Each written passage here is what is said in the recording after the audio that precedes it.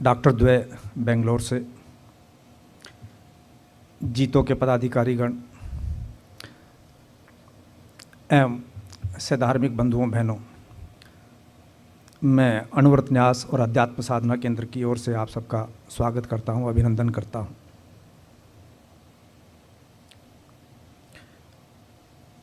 आचार्य श्री महाप्रज्ञ द्वारा प्रतिपादित प्रेक्षा ध्यान में जब से मेरी रुचि जागृत हुई, तब से मैं ये समझने का प्रयास करता रहा, धर्म क्या है, जैन धर्म क्या है, ध्यान क्या है, प्रकृति क्या है। जो कुछ मैं समझ पाया वह मुझे बहुत अद्भुत सा लगा और बहुत सरल भी। जैन परंपरा एक ऐसी परंपरा है जो ईश्वर के अस्तित्व में विश्वास नहीं करती।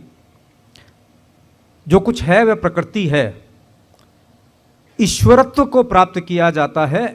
ईश्वर नाम की ऐसी कोई सत्ता नहीं है जिसने इस विश्व की, इस ब्रह्मांड की रचना की हो, जो हमारा नियोजक हो। और इस प्रकृति के दो मूल तत्व हैं, पदार्थ और चेतन। पदार्थ गीता में कहते हैं सगुण निर्गुण, पदार्थ मतलब सगुण, चेतन निर्गुण। पदार्थ जिसमें स्पर्श है, जिसमें गंध है, जिसमें रंग है, जिसमें स्वाद है, जिसे आप अपने सेंसरी ऑर्गन से, अपने इंद्रियों के माध्यम से आप जान सकते हैं। चेतन जिसमें इनमें से कोई भी गुण नहीं है, न उसमें स्पर्श है, न गंध है, न रूप है, न स्वाद है, न स्पर्श है। तात्पर्य, उसे आप इंद्रियों के माध्यम से नहीं जान सकते। या इसी बात को आगे बढ़ाऊं तो पदार्थ को जानने के लिए इंद्रियां हैं, क्योंकि पदार्थ को इंद्रियों के माध्यम से जाना जाता है। और पदार्थ से यदि आगे जाना हो तो इंद्रियों से आगे जाना होगा, क्योंकि उनको इंद्रियों के माध्यम से जाना ही नहीं जा सकता। प्रकृति का दूसरा पहलू कि चेतन अपने आप को व्यक्त नहीं कर सकता। चेतन को जानने के लिए पदार्थ की अपेक्षा है, पदार्थ की आवश्यकता है। और पदार्थ जब तक चेतन उसके साथ नहीं जुड़ा हो तब तक वह निर्जीव है, उसकी कोई कीमत नहीं है, वह केवल एक पदार्थ है। तार है, तार में करंट है। तार पदार्थ है, करंट चेतन है। करंट को तार के बगैर आप नहीं जान सकते। तार की अपनी उपयोगिता है, उसके अंदर करंट की अपनी उपयोगिता है। दोनों एक दूसरे के ऊपर अविच्छिन्न रूप से आधारित हैं। एक के बगैर दूसरे के अस्तित्व की उपयोगिता सामने नहीं आ पाती है।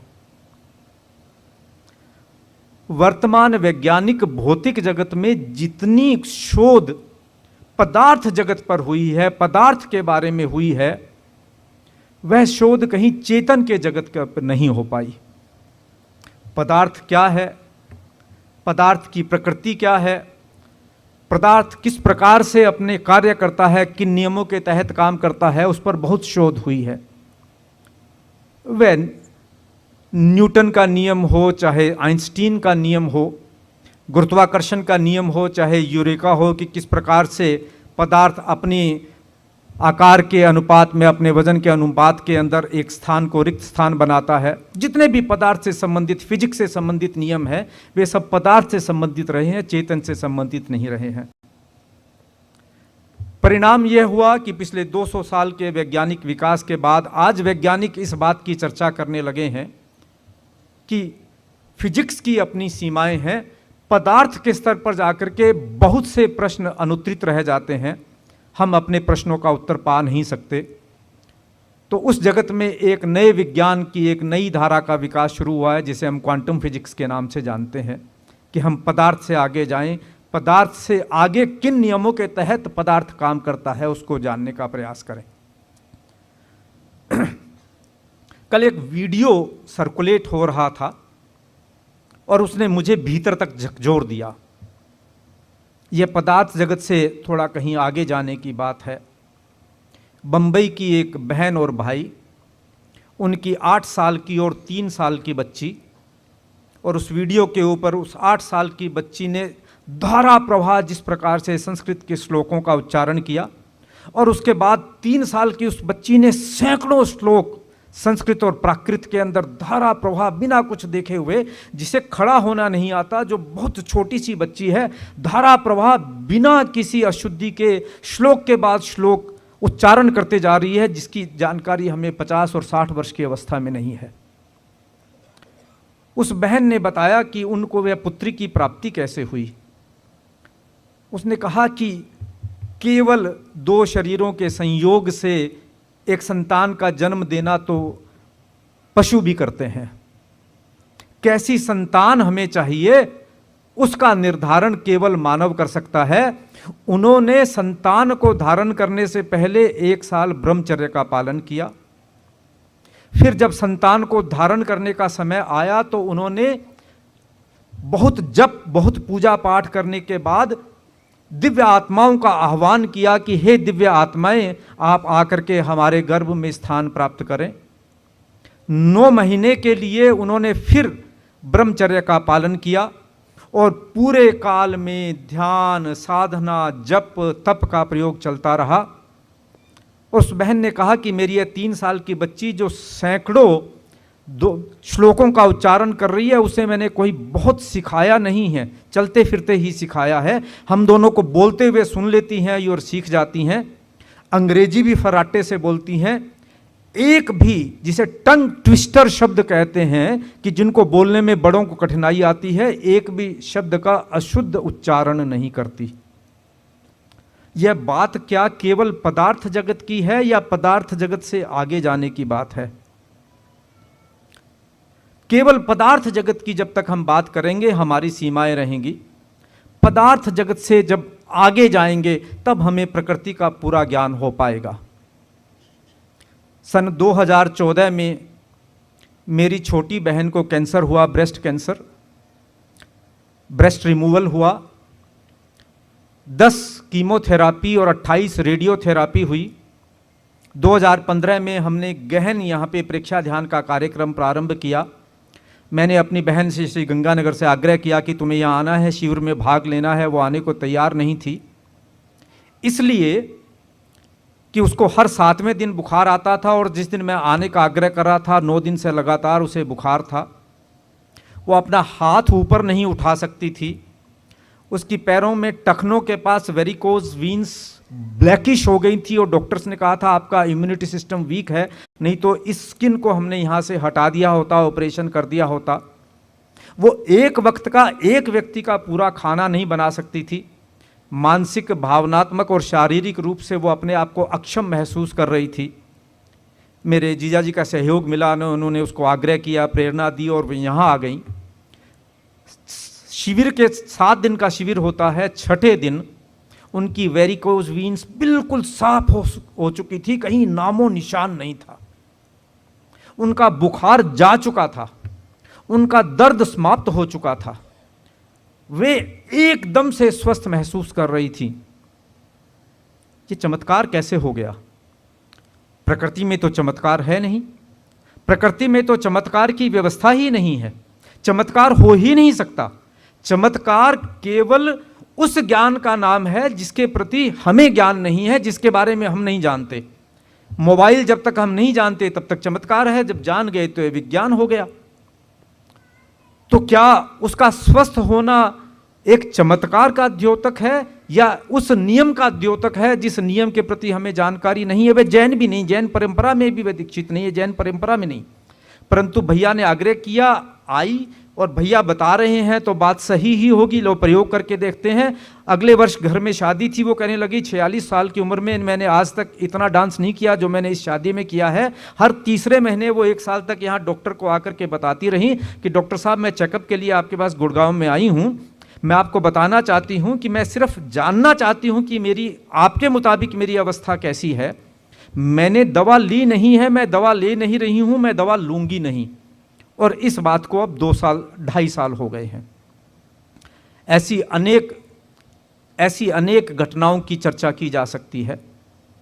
हम केवल इसके मूल को समझें, हम इस सिद्धांत को समझें कि चेतन पर पदार्थ का असर होता है, पदार्थ पर चेतन का असर होता है। मैंने तार और करंट की चर्चा की। करंट बहुत तेज है, तार कमजोर है, तार जल जाएगा। तार बहुत मजबूत है, करंट बहुत कम है, हम बिजली नहीं जला पाएंगे। तार को भी मजबूत होना है, उसके अंदर बहने वाले करंट को भी मजबूत होना है। चूंकि पदार्थ पर शोध हुई है, चेतन पर शोध नहीं हुई है, तो जहां स्वास्थ्य की बात आती है, हम केवल तार को मजबूत करने की बात करते हैं, उसके चेतन तत्व को कहीं ना कहीं हम गौण रखते हैं। चेतन तत्व को जानने का, चेतन तत्व को पहचानने का प्रयास नहीं करते। मेरे मन में बहुत बार यह बात आई कि भगवान महावीर की आंखें अर्ध निमीलित क्यों हैं, आधी बंद और आधी खुली क्यों हैं। कहीं ओशो को पढ़ रहा था तो वो कहने लगे कि भगवान बाहर भी देखते हैं, भीतर भी देखते हैं। कहीं दूसरी व्याख्याएं पढ़ी तो उन्होंने कहा कि भगवान इस प्रकार से चिंतन करते हैं, इस प्रकार से आंखें खुली हैं। एक दिन बैठे बैठे मेरे मन में अचानक एक विचार आया कि प्रकृति में कहीं कुछ ऐसा तो है ही नहीं जो एक दूसरे से संबंधित नहीं है। ऐसा कुछ हो ही नहीं सकता जो एक दूसरे के ऊपर प्रभाव नहीं डालता हो।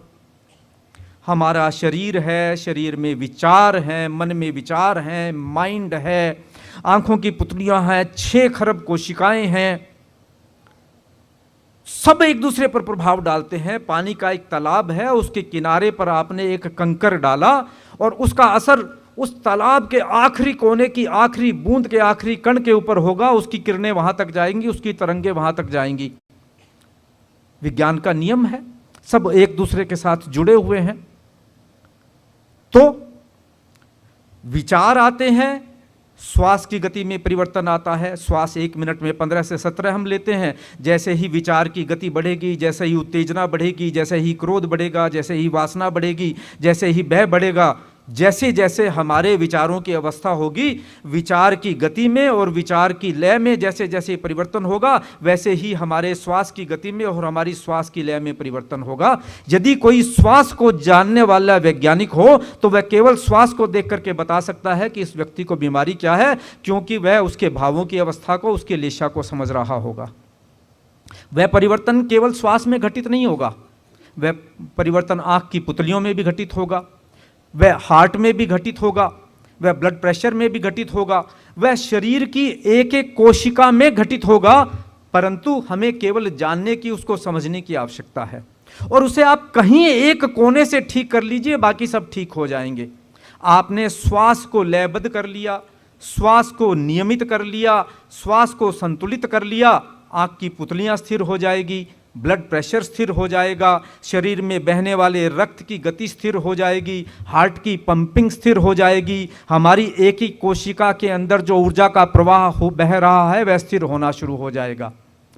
त्राटक की साधना करने वाला भी वही प्राप्त करता है जो प्राणायाम की साधना करने वाला प्राप्त करता है। प्राणायाम को सिद्ध कर लिया तो आंख की पुतलियां सिद्ध हो जाएगी। जैसे ही श्वास को सिद्ध किया, एक मैं चर्चा कर रहा था, डॉक्टर नगेंद्र जी है विवेकानंद केंद्र वाले, उनके साथ चर्चा किया। मैंने कहा डॉक्टर साहब 1 मिनट में 15 से 17 श्वास लेते हैं, मैं तो करता हूँ 5-7 से कम नहीं आ पाता, यहीं तक हो पाता है। मुनि महाराज हैं हमारे यहाँ, उनसे मैंने चर्चा की, वो कहने लगे साहब 2-3 मिनट में एक श्वास की मेरी अवस्था आ गई है। जय मुनि की चर्चा कर रहा था मैं कि 2 मिनट 3 मिनट में मेरे एक श्वास की अवस्था आ गई है। मैं 2 या 3 मिनट में, आजकल कहने लगे अब मैं 10 मिनट के ऊपर जाने का प्रयास कर रहा हूँ कि 10 मिनट में एक श्वास लूँ। वो हंसने लगे कि जिस गुरु के पास अमरकंटक के अंदर मैंने दीक्षा ग्रहण की थी और जिनसे मैंने सीखा था, वो 35 मिनट में एक श्वास लेते थे। 35 मिनट में एक श्वास, मतलब जहां श्वास रुक गया वहां विचार रुक गए, वहां आंख की पुतलियां रुक गई, वहां हार्ट की गति रुक गई, वहां ब्लड प्रेशर रुक गया, वहां एक एक कोशिका अपनी जगह रुक गई। एक दूसरा जुड़ा हुआ प्रश्न है, क्या हमारी आयु वर्षों में बंधी है या श्वासों में बंधी है? क्योंकि हम श्वास की गिनती करना नहीं जानते इसलिए हम वर्षों में गिनती करते हैं, या अगर हमें श्वास की गिनती आ जाए, हम कहें कि इस व्यक्ति की आयु इतने श्वासोच्छ्वास है, तो फिर वर्षों में गिनती की आवश्यकता नहीं रहेगी। और वहाँ श्वास के ऊपर जहाँ हमने नियंत्रण स्थापित कर लिया, तो वहाँ हमने अपने आयुष्य के ऊपर नियंत्रण स्थापित कर लिया। तो यह अवधारणा कि किसी का आयु बढ़ाया या घटाया नहीं जा सकता, या यूँ कहिए कि वर्षों में नहीं, उसको हम श्वासों में गिन सकते हैं कि इतने श्वास हम घटा और बढ़ा नहीं सकते, लेकिन श्वास की आयु को घटा और बढ़ा सकते हैं। श्वास की गति को, श्वास के लय को, श्वास के लेने और देने के क्रम को हम कम और ज़्यादा कर सकते हैं। वह स्वतंत्रता प्रकृति ने हमें प्रदान की है।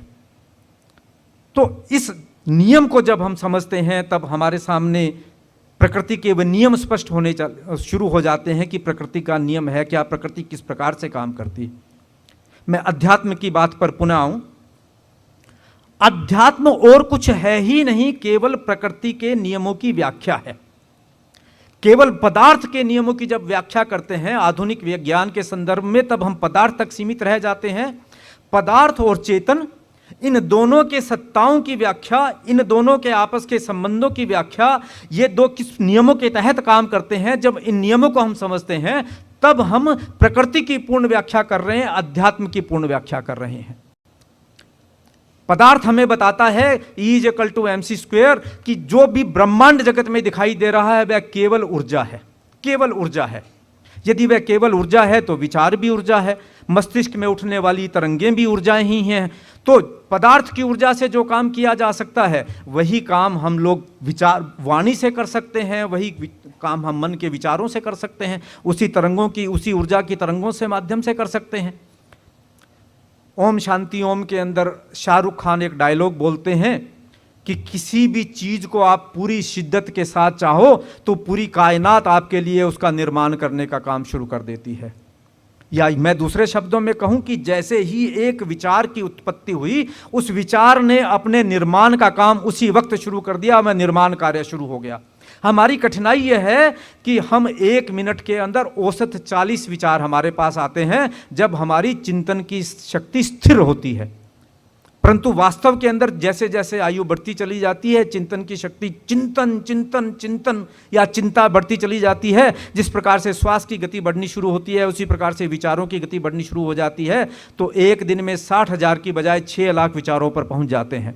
तो यदि हर क्षण हमारे विचार स्थिर ही नहीं है, तो एक निर्माण हमने प्रारंभ किया, उससे पहले हमने उसका विध्वंस कर दिया, दूसरे विचार को से दूसरे निर्माण को हमने प्रारंभ करना शुरू कर दिया। तो वो विचार स्थिर नहीं है, तो विचार से निर्माण कैसे होगा? प्रकृति के हर कण में, हर तत्व के अंदर वह ऊर्जा है जिससे हम निर्माण कर सकें, जिससे हम विध्वंस कर सकें। जो शक्ति पदार्थ में है वही चेतन में है, वही विचार के अंदर है। केवल उसको एक भूत होकर के, केंद्रीभूत होकर के काम करने की आवश्यकता है। चूंकि वह केंद्रीभूत नहीं हो पाती, वह निर्माण नहीं हो पाता। जो हम गीता में कहीं पढ़ते हैं या एक सनातन परंपरा में हम पढ़ते हैं, मैं उस बात के ऊपर विचार कर रहा था कि ईश्वर ने अपनी संकल्प शक्ति से इस ब्रह्मांड का निर्माण किया। क्या वह ईश्वर मैं खुद ही नहीं हूं? मैं स्वयं ही नहीं हूं? मैं ही तो ईश्वर हूं, मैं ही तो उस प्रकृति का अंश हूं। मेरे ही विचार तो हर क्षण निर्माण कर रहे हैं, विध्वंस कर रहे हैं। उस प्रकृति का ईश्वर मैं अपने विचारों से निर्माण और विध्वंस का कार्य कर रहा हूं। यदि प्रकृति के नियम के इस रहस्य को मैं समझ लेता हूं, तो फिर हमें किसी दूसरे ईश्वर की खोज की आवश्यकता ही नहीं। मैं स्वयं ही अपना ईश्वर बन जाता हूं, जो कि जैन दर्शन है। तो इस प्रकृति के इन दो सिद्धांतों के मेल के लिए, इसके प्रयोग भूमि के रूप में अध्यात्म साधना केंद्र को विकसित करने के लिए आज हमने निमंत्रित किया है डॉक्टर द्वय को बेंगलोर से। शरीर पर जब हम काम करें तब भी हम प्रकृति के नियमों की पालना करें, और शरीर के भीतर जाकर के चेतन सत्ता के ऊपर जब हम काम करें तब भी प्रकृति के नियमों की हम पालना करें। दोनों में आपस में कहीं विरोध नहीं हो। यह एक चुनौती है। एक तरफ हम एंटीबायोटिक लेते हैं कि हम प्रकृति के नियम की अवहेलना कर रहे हैं कि स्वस्थ होने के लिए मैं जीवों की हत्या कर रहा हूं, और प्रकृति का नियम है कि जैसे ही आप जीव की हत्या करोगे वह प्रतिकार स्वरूप आपकी हत्या करेगा। यह प्रकृति का नियम है, और हमने इस प्रकृति के नियम को साक्षात देखा है। हमने एंटीबायोटिक को यूज किया, और आज वर्ल्ड के अंदर जितनी मेडिकल कांग्रेस हो रही है, वे इस बात के ऊपर चिंता में लगे हुए हैं कि अब क्या होगा। हमने तो बहुत एंटीबायोटिक उपयोग कर लिया, हमने बहुत पेस्टिसाइड्स का उपयोग कर लिया, बहुत मारा, लाल रंग के हवाई जहाज आकर के पता नहीं पूरे के पूरे लाखों एकड़ खेतों के अंदर जाकर के कितने कितने कीटाणुओं की हत्या करते थे कि हमें कीटाणुओं को मारना है, फसल को जीवित रखना है। अंततः क्या हुआ? आज उस फसल ने हमें मारना शुरू कर दिया। पंजाब से एक ट्रेन चलती है जो कि बीकानेर जाती है और सुबह 8 बजे वहां पहुंचती है। उस ट्रेन का नाम है कैंसर ट्रेन, क्योंकि पंजाब के अंदर इतना पेस्टिसाइड छिड़का गया कि वहां इतने कैंसर के केसेज हैं जिनके लिए बीकानेर का हॉस्पिटल भरा पड़ा है। हमने प्रकृति के नियम की अवहेलना की। तो जब हम शरीर को स्वस्थ करने की बात करते हैं तब विज्ञान के, प्रकृति के इस नियम का हम ध्यान रखें कि हम कहीं शरीर को स्वस्थ करने की प्रक्रिया में प्रकृति के नियम की अवहेलना तो नहीं कर रहे। यदि प्रकृति के नियम की अवहेलना कर रहे हैं तो कहीं ना कहीं अंततः हमारा ही अहित होगा, हमारा हित नहीं हो सकता। और मैं मानता हूं, मुझे अगर डॉक्टर गण यहाँ उपस्थित हों तो वो इस बात के लिए क्षमा प्रदान करेंगे, वैसे तो आप दोनों डॉक्टर भी MBBS एलोपैथी सिस्टम से ही हैं, कि एलोपैथी को छोड़कर के जहां जिन्होंने केवल प्रकृति के इस नियम की अवहेलना की, क्योंकि वे पदार्थ जगत के ऊपर विचार कर रहे थे और चेतन सत्ता के ऊपर विचार नहीं कर रहे थे, बाकी सब जगह प्रकृति के नियमों का ख्याल रखा गया है। पुराने वैद्य जितने थे वे नाड़ी भी देखते थे, दवा भी देते थे, नक्षत्रों का ज्ञान भी रखते थे कि प्रकृति के साथ इसकी चेतना का जो अंतरिक्ष के साथ इसका जो मेल है वो मेल कैसा है, उन दोनों का समायोजन करके वो दवा देते थे। दो व्यक्ति एक साथ बीमार हैं, बीमारी के लक्षण एक जैसे हैं, परंतु दोनों की ग्रह नक्षत्रों की दशा अलग अलग है, तो उनकी दवा में भी अंतर कर देते थे, क्योंकि वो प्रकृति के नियम के साथ मेल खाना चाहिए। आधुनिक जगत ने हमारे सामने ये चुनौती प्रस्तुत की है कि हम केवल पदार्थ जगत के ऊपर विचार करते रहे हैं। प्रकृति का जो एक होलिस्टिक, एक सर्वांगीण रूप हमें सामने रखना चाहिए था, उसका हमने ध्यान नहीं रखा है, इसलिए हर व्यक्ति अस्वस्थ है। आज ये बड़ी कठिनाई हो गई है कि हम स्वस्थ व्यक्ति खोज ही नहीं सकते। बड़ी अद्भुत बात है कि प्रकृति हमें स्वस्थ रखना चाहती है और हम में से कोई भी स्वस्थ नहीं है। तो साधना केंद्र एक ये नया प्रयास प्रारंभ करना जा रहा है। मैंने डॉक्टर बंधु से निवेदन किया है कि जितना सुंदर काम आप बेंगलोर में कर रहे हैं, तो ऐसी ही कुछ रचना आप यहाँ अध्यात्म साधना केंद्र में करें। उसका जो चेतना पक्ष है, उसका जो आंतरिक पक्ष है, उसका जो अभ्यंतर पक्ष है, उसके लिए साधना केंद्र सक्षम है। उसको संभालने के लिए हम आपको वह सहयोग प्रदान करेंगे। और उसका शरीर का जो प्राकृतिक पक्ष है, क्योंकि दोनों एक दूसरे के साथ जुड़े हुए हैं, जहां मन में विकार उत्पन्न होगा वहां शरीर के ऊपर, विचारों के स्तर के ऊपर हमें कठिनाई होगी, और जहां शरीर पे विकार उत्पन्न होगा वहां मन के स्तर में हमें कठिनाई पैदा होगी। दोनों पर हम समग्र रूप से विचार करें। अंत में जब ये जीतो के डायलिसिस सेंटर की बात चल रही थी और ये हुआ कि एक बहुत बड़ा उपक्रम शुरू करने जा रहे हैं, हजारों की संख्या के अंदर डायलिसिस की सुविधा हम हर वर्ग के व्यक्ति को प्रदान करेंगे, आधुनिक से आधुनिक सुविधा और कम से कम लागत के ऊपर। तब मैंने ही जीतो ट्रस्ट बोर्ड से निवेदन किया था और मैं आभारी हूँ कि उन्होंने मेरे इस निवेदन को स्वीकार किया। मैंने कहा कि डायलिसिस में क्या होता है, एक व्यक्ति पहले हफ्ते में 1 बार डायलिसिस लेता है, फिर एक हफ्ते में 2 बार लेना शुरू करता है, फिर हफ्ते में 3 बार लेना शुरू करता है, फिर हफ्ते में 7 बार तक पहुंच जाता है। हर बार जितनी बार वह डायलिसिस सेंटर में जाता है वह चाहे 0.001% उतना कम होकर के आता है, बढ़ कर के नहीं आता। क्या हम ऐसी व्यवस्था नहीं कर सकते कि वहां उसका डायलिसिस सेंटर में उसका इलाज तो चले, परंतु उसको भीतर से और बाहर से स्वस्थ करने की प्रक्रिया भी हम शुरू करें? तो जब 4 घंटे वो डायलिसिस ले रहा है तो उसे हम कायोत्सर्ग का, मंत्र साधना का, ध्यान का प्रयोग भी करवाएं और प्राकृतिक चिकित्सा का प्रयोग भी करवाएं। यदि 10% केसेज भी हम ऐसे दे सकें, 20% केसेज भी ऐसे दे सकें कि जहां वहां व्यक्ति डायलिसिस से मुक्त होकर के चला गया, तब वह हमारी सच्ची सफलता होगी। हमारा उद्देश्य बीमार व्यक्ति को ठीक करना नहीं है, बीमारों को राह दिखाना है कि वो दूसरे व्यक्तियों को प्रेरणा दे सके कि किस प्रकार से मैं बीमार नहीं हूं, और एक यह संदेश देना है कि शरीर पर दिखाई देने वाली बीमारी कहीं न कहीं मन के विकारों का प्रतिबिंब है। यदि भीतर जाकर के अपनी चेतन सत्ता के साथ संपर्क स्थापित करके इंद्रियों से परे होकर के अतीन्द्रिय की ओर जाने के लिए हम प्रयास करें और दोनों के साथ समन्वय स्थापित करके जीवन को जीने का प्रयास करें, तो हमारा जीवन वस्तुतः सार्थक हो पाएगा। आज इतनी बड़ी संख्या में आप सब लोग उपस्थित हुए हैं और इस कार्यक्रम में आप हमें यह सहयोग प्रदान कर रहे हैं, इसके लिए मैं आपका पुनः आभार व्यक्त करता हूं।